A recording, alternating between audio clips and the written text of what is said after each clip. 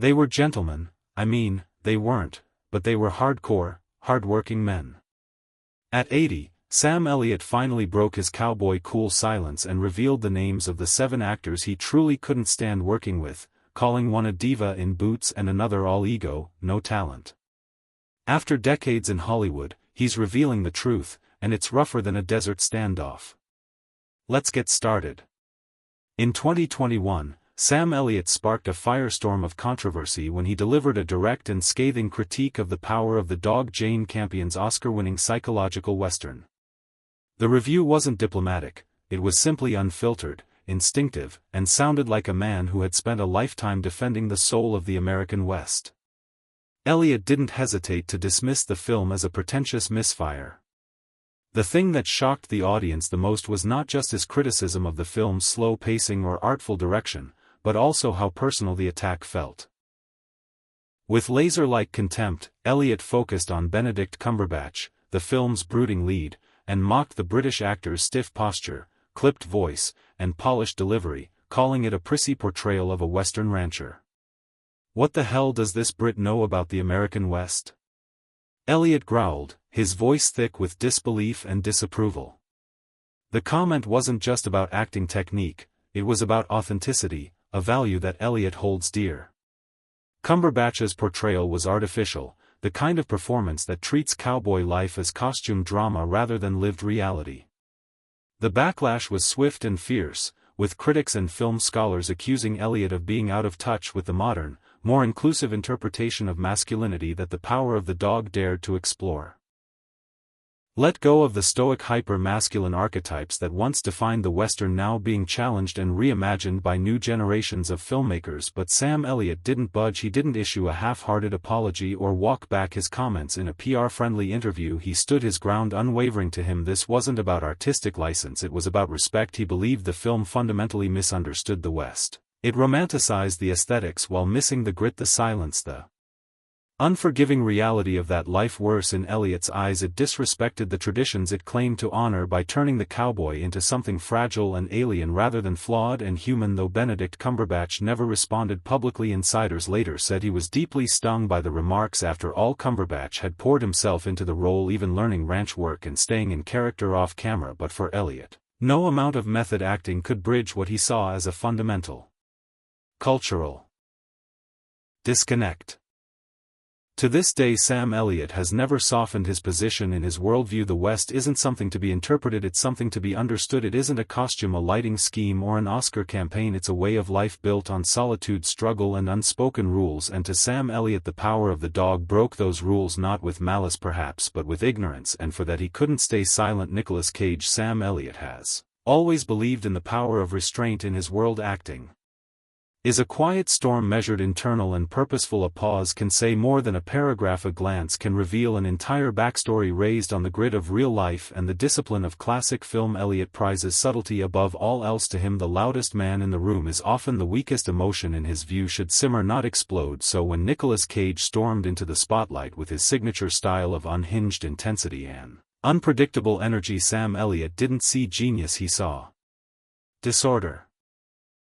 Even as Cage's star rose, collecting awards, commanding headlines, and attracting a fiercely loyal fan base, Elliott remained unimpressed. Cage's performances, with their manic crescendos and wildeed outbursts, felt to Elliott like something more theatrical than truthful. Ghost Rider brought the two actors together on screen, but not in spirit. Elliott fulfilled his role with the same weathered gravitas he brought to every part, but off camera he stayed reserved. He was polite, professional, but distant. Later, Elliott would speak broadly about actors who hijack scenes with ego, those who make the story bend to their own self-expression instead of serving the character. Friends close to him say there was no doubt who he meant, more firework than flame. He once reportedly said of Cage, it was a telling line, an indictment of spectacle over substance. To Elliott, Cage embodied a style of acting that favored chaos over clarity, performance over presence, where Elliott believed the best acting came from stillness, the kind that allows The audience to lean in and feel the undercurrent. Cage leaned out, erupting with energy that Elliott considered hollow. No matter how many awards Cage received, how many directors praised his risk-taking, or how often audiences celebrated his unpredictability, Elliott's opinion remained steadfast. He didn't see evolution, he saw erosion. The still slow-burning art form he revered was being overtaken by noise. This wasn't bitterness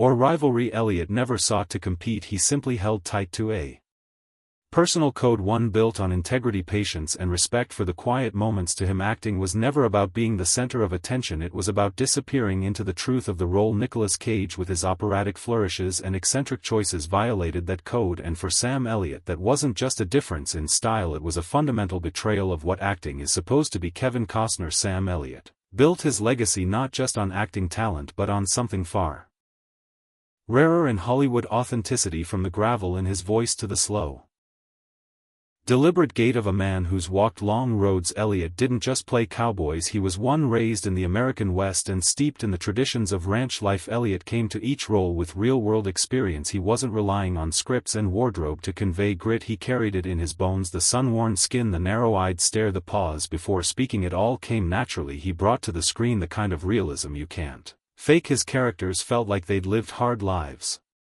before the cameras even rolled. So when Kevin Costner stepped into the cowboy genre, first with Wyatt Earp and later with the massive hit Yellowstone, Elliott didn't buy the performance. Costner, in Elliott's view, represented Hollywood's polished version of the West, the kind where the boots are clean, the dialogue smooth, and the cattle don't smell like anything at all. While Costner delivered brooding intensity and commanded the screen, Elliott saw through it. To him it was all too pretty, too measured, more fashion spread than frontier hardship. In a private conversation with a close friend, Elliott reportedly scoffed, "He plays a rancher like it's dress up, like he's cosplaying something he doesn't truly understand." That wasn't just a jab at Costner's acting, it was a commentary on an entire culture of storytelling that in Elliott's eyes had lost touch with its roots. He believed the Western was sacred, not a genre but a philosophy. It stood for a quiet strength, a code of honor, and a respect for the land and those who worked it. He found none of that in Yellowstone, though Yellowstone attracted millions with its sweeping vistas, generational conflicts, and Costner's grawly delivery. Elliott remained unimpressed. He didn't see rugged reality, he saw a glorified soap opera in Boots. Reports emerged that he'd even been offered a cameo on the show, perhaps as a nod to his status as a Western icon, but Elliott turned it down flat. One source close to the production claimed he dismissed it as soap opera with a cowboy hat. To him, the decision wasn't just about a single role, it was. If there's one thing that irritates Sam Elliott more than anything else, it's pretense, not arrogance in the traditional sense, but the kind that masquerades as deep art. Theatrics passed off as brilliance, attention-seeking disguised as commitment to Elliott acting. The tension between Elliott and Costner never erupted into public feuds or open hostility. They never yelled, one longtime producer said, but the chill between them could freeze a desert. So when Jared Leto began making headlines for his over-the-top method acting, sending rats to co-stars on Suicide Squad, remaining in character, even offset and blurring the lines between performance and persona, Sam Elliott didn't see a trailblazer, he saw a showman chasing headlines. "He's acting like acting as a carnival," Elliott reportedly told a longtime friend, rolling his eyes at what he viewed as performance art gone off the rails. To Elliott, there was nothing admirable about stunts dressed up as dedication. Craft in his mind wasn't supposed to be performative outside the camera's lens, it was internal, honest. You didn't need to terrorize your co-stars or live as your character 24/7 to deliver a great performance, you just had to know the truth of the story and disappear into it. Though Elliott and Leto have never worked together, industry sources say their paths nearly crossed. Elliott was once loosely attached to a film that was later reshaped around Jared Leto's casting. As soon as Elliott got wind of the change, he quietly stepped away. No press release, no dramatic exit, just silence, which was Elliott's statement for a man who views acting as sacred ground. For him, sharing space with someone he felt devalued the craft was never an option. According to those close to Elliott, it's not about jealousy or generational bias, rather, it's about a fundamental difference in values. According to Elliott, the best acting never draws attention to itself, it doesn't scream, it whispers, it's a loaded silence, a weighted glance, a presence that doesn't require props or performance tricks. Leto's approach, on the other hand, seemed to Elliott like acting for the sake of headlines, where the role became secondary to the narrative surrounding it. His cult following may be respected in some parts of Hollywood, but in Sam Elliott's world, he represents everything that has lost humility, restraint, and the quiet dignity of simply doing the work. Jared Leto in his eyes is the poster child of a modern era obsessed with performance over purpose, shock over substance, and so Elliott keeps his distance not out of spite but out of respect for the craft he spent a lifetime defending in a time when louder often means better. Sam Elliott remains committed to the quiet power of discipline and to walking away from anything that betrays it. Ashton Kutcher to Sam Elliott: acting has never been about fame, followers, or feeding the algorithm. For him it's a craft, something to be respected, earned, and carried with a quiet dignity. He comes from the old school where every word spoken on screen should be rooted in truth and where presence is forged through lived experience, not media training. So when Ashton Kutcher, fresh off sitcom stardom, romantic comedies, and tech investments, was cast alongside Elliott in Netflix's The Ranch, it wasn't a clash of egos, it was a collision of worlds from the start. Sam Elliott kept things professional. He showed up on set, delivered his lines with the same gravitas that had defined. Throughout his decades-long career, Kutcher maintained a stoic distance, but according to multiple crew members, there was an unmistakable tension in the air that was subtle but constant. He wasn't known to rant or explode. Instead, he would give a quiet shake of the head, a narrowed glance, or a muttered comment that said more than a monologue. One insider recalled overhearing him say, "He's a decent guy but no real actor." This wasn't said out of jealousy or malice, rather, it was because Elliott had come to distrust modern Hollywood, a system that prioritized charm over depth, image over substance, where Elliott spent years climbing the ladder with bit parts, grizzled side characters, and slowly earned respect. Kutcher had skyrocketed to fame with sitcom one-liners, paparazzi coverage, and viral appeal. Kutcher was gracious, calling him a mentor, praising his experience, and frequently gushing about how fortunate he was to work alongside a legend. But behind the scenes, Elliott remained unconvinced. He once remarked in private, "He's acting like a guy who saw acting on YouTube." To Elliott, it wasn't enough to play a role, you had to live it, understand it, wrestle with its truths. Kutcher's lighthearted energy, while crowd-pleasing, lacked the weight Elliott believed real storytelling demanded. Still, Sam Elliott never made it personal. He didn't sabotage scenes, refuse interaction, or try to overshadow his co-star. His resistance wasn't about ego, it was about standards, about holding the line for a craft that meant everything to him in an industry increasingly driven by trends. Elliott viewed himself as a last sentinel guarding the old code of discipline, depth, and authenticity. To him, acting was sacred ground, and while he might shake his head at the state of modern stardom, he would never compromise the principles that got him there. Not for ratings, not for relevance, not for anything. Jane Campion in 2022. The ripple effects of Sam Elliott's harsh critique of The Power of the Dog reached their boiling point, and director Jane Campion didn't shy away from firing back while accepting the top honor at the Directors Guild of America Awards. Campion stunned the audience by calling Elliott a little bit of a, delivering the insult with the same precision Elliott was known for in his most cutting on-screen moments. It wasn't just a throwaway jab, it was a full-throated response to what she saw as an outdated, sexist, and provincial attack on her film, her craft, and more pointedly her right to tell a Western story. The feud began when Elliott, appearing on a podcast, blasted The Power of the Dog in unusually blunt terms. He dismissed the film's lead performance, mocked Benedict Cumberbatch's portrayal of a cowboy, and scoffed at the film's understanding of the American West. But what struck many as especially pointed was his criticism of Campion herself. In his view, a filmmaker from New Zealand had no business attempting to explore the psychological depths of cowboy culture. It wasn't just about geography, it was to Elliott about legitimacy. He saw her film not as a bold reimagining of the Western genre but as a stylized outsider's interpretation lacking the lived-in truth he valued. Campion, known for her fierce intelligence and uncompromising vision, wasn't about to let that slide. At the DGA podium, she dismissed Elliott's authority on what makes a real cowboy. "He's not a cowboy," she said flatly, "he's an actor."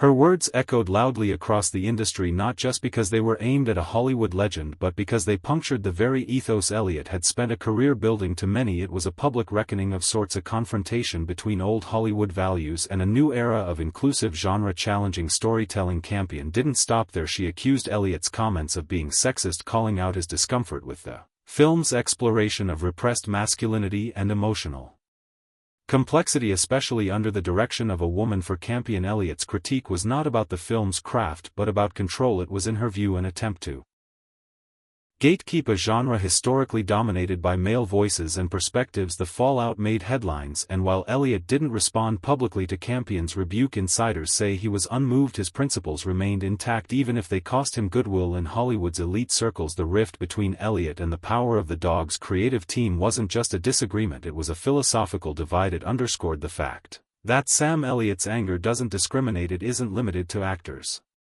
who chase spectacle or performances he finds inauthentic. He's just as willing to clash with directors, no matter how celebrated, if he believes they betrayed what the Western stands for. Jeff Bridges. There was a time when Sam Elliott and Jeff Bridges seemed like two sides of the same weathered coin, both grounded, both soulful, both carrying a quiet weight that made every word they spoke on screen feel like scripture. When they shared the screen in The Big Lebowski, their chemistry was undeniable. Elliott's deep, deliberate cadence as the stranger struck a perfect balance with Bridges' easygoing portrayal of the guy off-screen. Their admiration felt genuine, but something changed in the years that followed, especially after Bridges' Oscar win for Crazy Heart in 2010, which was well-deserved, when Bridges gave a raw, heartbreaking performance as a washed-up country singer. According to those close to Sam Elliott, it marked the beginning of a slow, quiet fracture, but Jeff became harder to reach. One source claimed that he didn't change overnight, but there was a different tone in the way he carried himself, more curated, more polished, and less accessible to Elliott. The change was subtle, but unquestionable, as he had built his career on the idea that fame was never the end goal.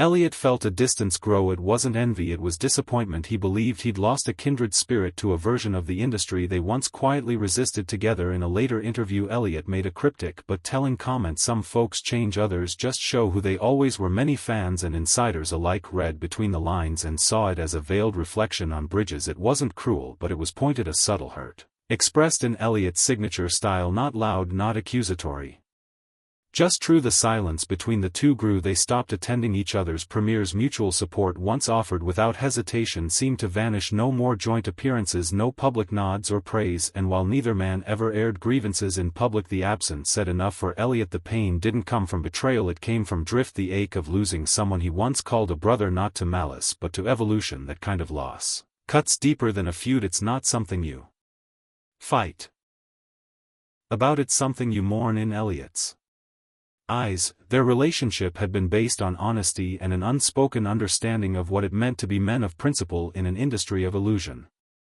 When that honesty waned, so did their bond, and for a man like Sam Elliott, who values loyalty above all else, silence spoke louder than any argument ever could. What do you think about the actors that Sam Elliott despises? Please share this video with us in the section below. If you enjoyed it, please remember to like, share, and subscribe to the channel. We appreciate you watching, and we'll see you in the next